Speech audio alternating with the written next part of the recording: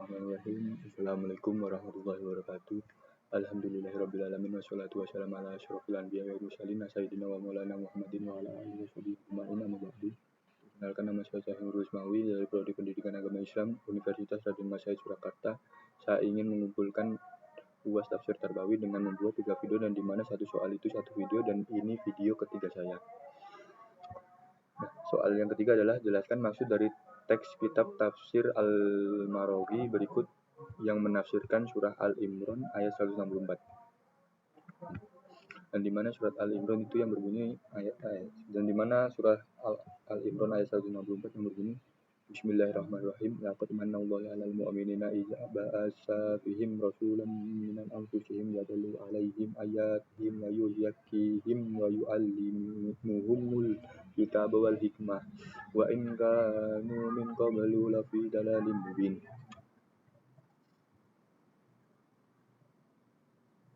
Terjemah ayat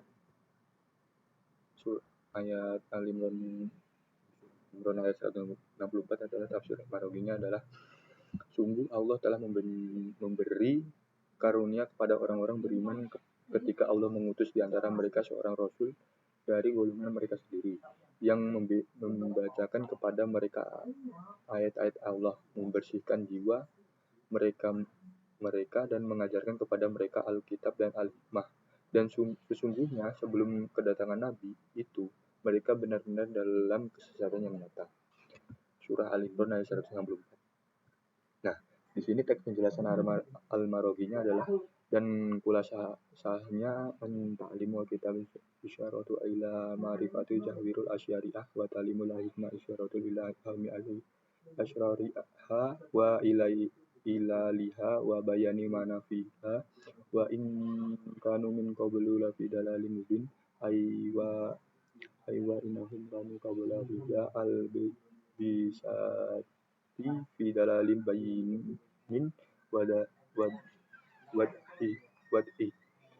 dalalil yahirah hum syaribuhum bilal wa yabudun al-asnam wa yusmirul ikhwa alal faham wa hum ala zalika min la yaqra'un wa la yaktubun hatta yarifu haqiqatan ma hum fihi min al-dalal wa inna ma jalal minnal likaunihi wa ra'atun ba'd ihna faqa'ahan Aizam ikhan bismi rasul ja'at ba'at jihad qad alham Audi faqonat faqal nafala awazam wa'an.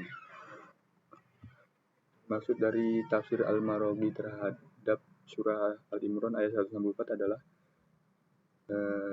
menjelaskan tentang karunia agung Allah Subhanahu wa taala kepada orang-orang yang beriman dengan diutusnya Nabi Muhammad SAW. Al-Marawi menjelaskan secara rinci tugas-tugas kenabian yang memiliki dimensi pendidikan tarbiyah yang sangat mendalam serta kondisi umat manusia sebelum kedatangan beliau. Yang pertama adalah karunia Allah dan pengutusan Rasul dari kalangan mereka sendiri. Al-Marawi menegaskan bahwa pengutusan Nabi Muhammad SAW adalah sebuah anugerah manalahu yang besar bagi kaum mukmin. Nabi diutus dari kalangan mereka sendiri min anfusihim, yang berarti beliau adalah manusia biasa yang dapat dipahami dan dijangkau oleh umatnya, sehingga lebih mudah diterima dan diteladani. Ini menunjukkan bahwa teladan dalam pendidikan haruslah relevan dan dapat dicontoh oleh peserta didik. Yang kedua adalah tugas-tugas pokok Rasulullah SAW yang meliputi 4 pilar pendidikan Nabi. Al-Marawi merinci 4 fungsi utama kenabian yang sekaligus merupakan pilar-pilar pendidikan Islam. Yang pertama adalah yatlu alaihim ayatihi, membacakan kepada mereka ayat-ayat Allah.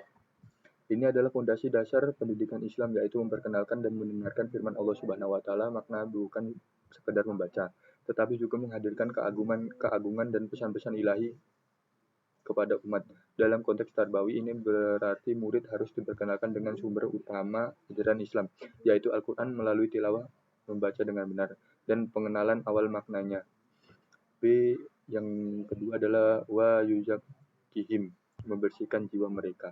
Ini adalah aspek tazkiyah an-nafs atau pensucian jiwa. Rasulullah mendidik umat untuk membersihkan diri dari segala bentuk kesyirikan, keyakinan sesat, akhlak tercela seperti kebodohan, kekufuran, dan kemaksiatan, serta menumbuhkan akhlak mulia. Al-Maraghi secara implisit menunjukkan bahwa pendidikan tidak hanya transfer ilmu, tetapi juga pembentukan karakter moral dan spiritualitas. Ini adalah tujuan tertinggi pendidikan, yaitu membentuk pribadi yang berakhlak mulia. Yang ketiga adalah wa yu'allimuhumul kitab, yang atau mengajarkan kepada mereka Alkitab. Menurut penjelasan Al-Maraghi, Alkitab di sini diisyaratkan sebagai pengetahuan tentang hukum-hukum syariat yang bersifat lahiriah, zawahiri asyariah.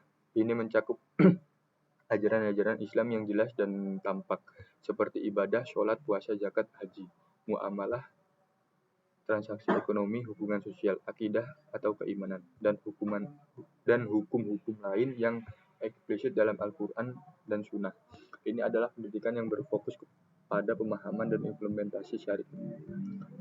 Yang keempat adalah wal hikmah dan al-hikmah atau al-hikmah. Al-Maraghi menjelaskan bahwa al-hikmah diisyaratkan sebagai pemahaman tentang rahasia-rahasia syariat atau asroriha, sebab-sebab penetapan hukum, ilaliha, dan manfaat-manfaatnya, manafi'iha. Ini adalah dimensi pendidikan yang lebih mendalam, di mana murid diajarkan untuk memahami filosofi di balik suatu ajaran, alasan mengapa suatu hukum ditetapkan, serta dampak positif yang akan ditimbulkan. Ini mengajak pada penalaran pemikiran kritis dan pemahaman maqasid syariat atau tujuan-tujuan syariat, sehingga ajaran Islam tidak hanya dijalankan secara kaku, melainkan dengan kesadaran penuh akan makna dan tujuannya. Yang ketiga adalah kondisi umat sebelum kedatangan Rasulullah SAW. Wa in kanu min qablu lafi dalalin mubin. Al-Maraghi secara eksplisit menyatakan bahwa sebelum diutusnya Nabi Muhammad SAW, umat manusia atau khususnya masyarakat Arab Jahiliyah berada dalam kesesatan yang nyata dan jelas. Dalalun bayyinun wa wadi. Dalalun bayyinun wa wadi. Bentuk kesesatan ini adalah, yang pertama adalah syirik pada Allah, syirkuhum billahi, meyakini dan menyembah selain Allah. Yang kedua adalah penyembahan berhala atau ya'budun al-asnam, praktik paganisme. Yang ketiga adalah mengikuti khayalan dan prasangka, yusmirun wara'a al-awham, tanpa dasar ilmu dan kebenaran, hanya mengikuti hawa nafsu dan tradisi buta. Yang keempat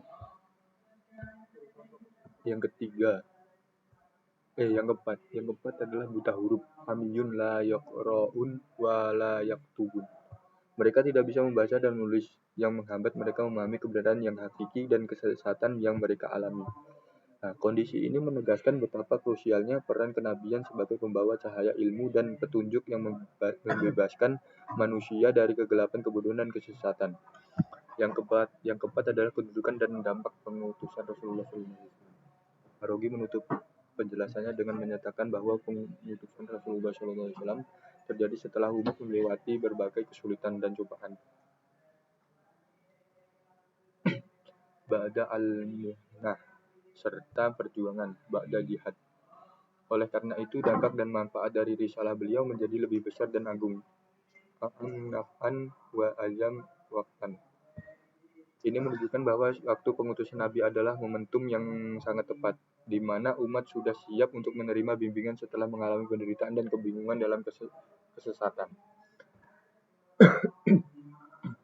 Relevansi tarbawi atau implikasi pendidikan. Dari tafsir Al-Maraghi ini kita dapat menarik kesimpulan bahwa model pendidikan yang ideal dalam Islam tarbawi harus mencakup, yang pertama adalah pendekatan holistik, mengintegrasikan aspek kognitif atau pemahaman Alkitab dan hikmah, afektif, tazkiyah an-nafs, dan psikomotorik atau pengamalan syariat.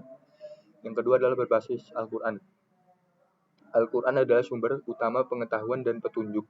Yang ketiga adalah membentuk karakter. Tujuan utamanya adalah mensucikan jiwa dan membentuk akhlak mulia. Yang keempat adalah berpikir kritis dan mendalam. tidak hanya memahami hukum, tetapi juga hikmah dan filosofi di baliknya.